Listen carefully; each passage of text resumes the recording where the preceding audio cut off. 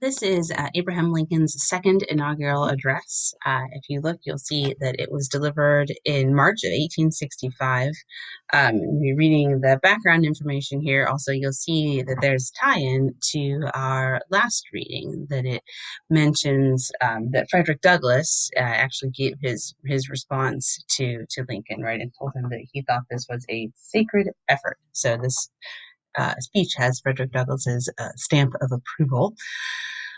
Also important to note, just for historical context, this is just about a month before Lincoln is assassinated. So he was really very shortly into his second term when that event took place. So we are right, you know, Civil War happening in the country as he is delivering this speech. Fellow countrymen, at this second appearing to take the oath of the presidential office, there is less occasion for an extended address than there was at the first. I'm going to make a shorter speech this time, he's saying. Then a statement somewhat in detail of a course to be pursued seemed fitting and proper. Now, at the expiration of 4 years, during which public declarations have been constantly called forth in every point and phase of the great contest which still absorbs the attention and engrosses the energies of the nation, a nice way to describe a civil war, which is what he's talking about. Civil war. Little that is new could be presented. So there's nothing much new I could talk about today, right? I mean, we're in the middle of a civil war. Everyone knows that. You hear kind of where we're at as a country on a regular basis because of that.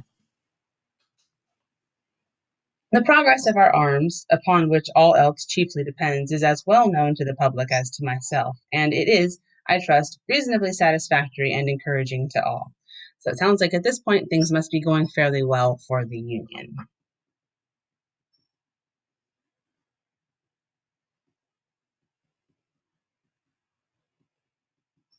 All right, so let's see, satisfactory and encouraging. With high hope for the future, no prediction in regard to it is ventured.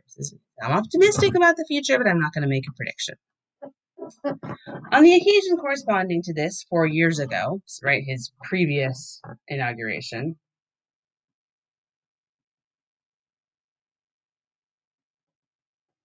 all thoughts were anxiously directed to an impending civil war. All dreaded it, all sought to avert it. While the inaugural address was being delivered from this place, devoted altogether to saving the Union without war, insurgent agents were in the city seeking to destroy it without war, seeking to dissolve the Union and divide effects by negotiation. Both parties deprecated war, but one of them would make war rather than let the nation survive, and the other would accept war rather than let it perish. And the war came. Okay, so nobody wanted war, but one side, he's referring, of course, to the South in this, one side was happier for there to be a war than for the rest, right? So he says the other would accept war rather than let it perish. This would be the Union. Well, we don't really want to have to go to war, but we'll go to war in order to save the nation. 1/8 of the whole population were colored slaves, not distributed generally over the Union, but localized in the southern part of it. A big portion of the population. Think about it. That's a lot, right? You've got a whole huge chunk of the population that is not being treated as citizens. This is significant, obviously. These slaves constituted a peculiar and powerful interest. All knew that this interest was somehow the cause of the war. To strengthen, perpetuate, and extend this interest was the object for which the insurgents would rend the Union even by war, right? So he's saying that the desire to maintain slavery was such that the South was willing to, even if it meant tearing apart the country, they were willing to do that in order to continue to have slavery.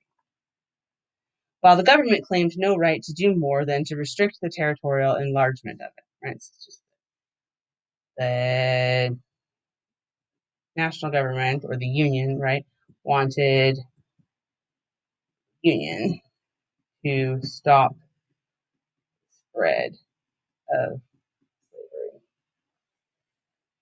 Neither party expected for the war the magnitude or the duration which it has already attained. Neither anticipated that the cause of the conflict might cease with, or even before the conflict itself should cease. Each looked for an easier triumph, right? The cause of the conflict, right? They're saying that ending slavery, you know, no one even expected necessarily that that was going to happen because of this cause of the conflict, slavery. Each looked for an easier triumph and a result less fundamental and astounding. Both read the same Bible, and pray to the same God, and each invokes his aid against the other, right? Use of religion. That should tie back to Douglas, right? He references religion quite a bit in his speech as well. Really common for 19th century speeches and literature to make references to religion. It may seem strange that any men should dare to ask a just God's assistance in wringing their bread from the sweat of other men's faces, but let us judge not that we not be judged. Language here is nowhere near as strong as Douglas's, right? So he says, yeah, it could be strange that you could use Christianity to justify slavery, but I'm not going to judge. Right? He's president. He's in a different situation than Douglas is. As a result, the way he speaks about this is different than the way that Douglas did. So, yes, slavery goes against Christianity, but he doesn't want to judge.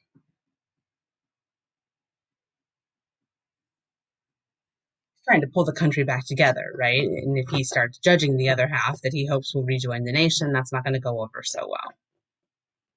These prayers of both could not be answered. That of neither has been answered fully. The Almighty has his own purposes. Woe unto the world because of offenses, for it must needs be that offenses come. But woe to that man by whom the offense cometh. Right? Got another biblical quote here, right? If we shall suppose that American slavery is one of those offenses which, in the providence of God, must needs come, but which, having continued through his appointed time, he now wills to remove, and that he gives to both North and South this terrible war as the woe due to those by whom the offense came, shall we discern therein any departure from those divine attributes which the believers in a living God always ascribe to him?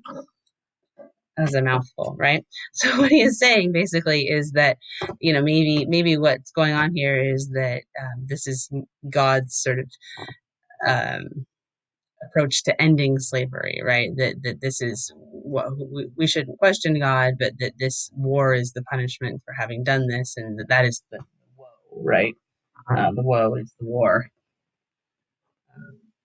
The sort of the trouble would be what is meant by woe there. Fondly do we hope, fervently do we pray that this mighty scourge of war may speedily pass away, right? We want an end to the war. Of course we do. Yet, if God wills that it continue until all the wealth piled by the bondsman's 250 years of unrequited toil shall be sunk, and every drop of blood drawn with the lash shall be paid by another drawn with the sword. As was said 3,000 years ago, so still must it be. The judgments of the Lord are true and righteous altogether. Saying, okay, well, we would like this war to end, but if this is our punishment for having had slavery, that we have to, suffer this brutal war, then that is, sort of, that is what it is. That is what has come upon us as a nation, right? So every drop of blood drawn by the lash, right? So those that would be, you know, slaves, shall be paid by another drawn by the sword. Say, okay, well, maybe this is our punishment. We have been brutal, and so we will be punished for it. With malice toward none, with charity for all, with firmness in the right as God gives us to see the right, let us strive on to finish the work we are in, to bind up the nation's wounds, to care for him who shall have borne the battle, and for his widow and his orphan, to do all which may achieve and cherish a just and lasting peace among ourselves with all nations. This speech, this is the part that is most often quoted, right?